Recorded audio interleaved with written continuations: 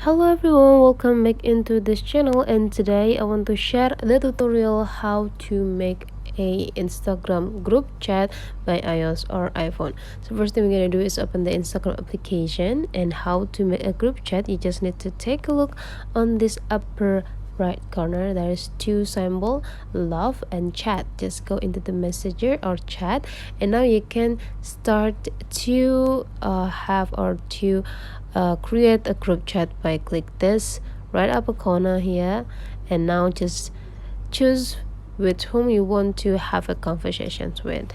You just need to scroll down, or you can also type in the name.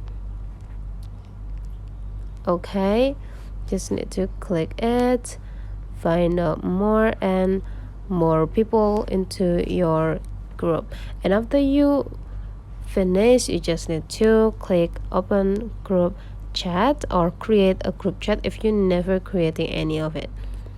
And after you finish, and that's how the way you make a group chat in Instagram. If you find out this video is really useful for you, don't forget to leave some comment, like and subscribe into this channel.